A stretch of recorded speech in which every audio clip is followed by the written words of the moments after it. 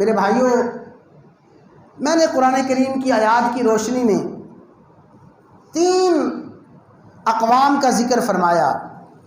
جو قرآن کریم کی آیات میں ذکر فرمایا گیا ہے، وہ 3 آیات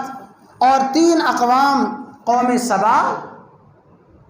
اور قوم سبا سے اگلا وضرب اللہ مثلا قریہ، اللہ نے ایک ملک کا حال بیان فرمایا،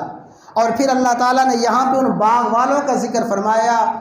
یہ تینوں کے تینوں واقعات قرآن نے بیان فرمائے ہیں، اور اللہ تعالیٰ نے ان تینوں واقعات میں قوموں کی معاشی ترقی کا، معاشی عروج کا اور قوموں کے معاشی خوشحالی کا ذکر بھی فرمایا، زوال کا ذکر بھی فرمایا، اور اللہ تعالیٰ نے قیامت تک کے لیے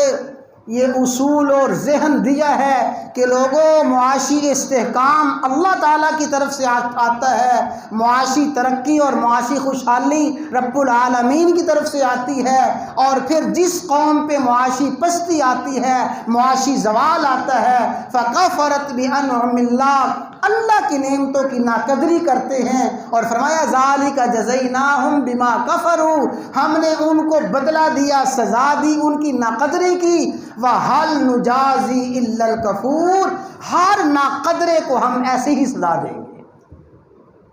جو قوم بھی اللہ کی نعمتوں کی ناقدری کرے گی، وہ قوم معاشی استحکام میں اور وہ قوم خوشحالی میں ہرگز نہیں رہ سکتی۔ نافرمان قوم اور ناشکری قوم بالآخر سارے کے سارے وسائل اور سارے کے سارے اسباب ہونے کے باوجود معاشی پستی کا اور معاشی تباہی بربادی کا شکار ہو کے رہتی ہے۔ آج پوری کی پوری دنیا میں اور ہم اپنے معاشرے میں معاشی پریشانی کا رونا رو رہے ہیں، مہنگائی کا، بے روزگاری کا، بھوک کا رونا رو رہے ہیں، اشیاء کی گرانی کا اور مہنگائی کا رونا رو رہے ہیں، اور میں سمجھتا ہوں قیامت تک آنے والے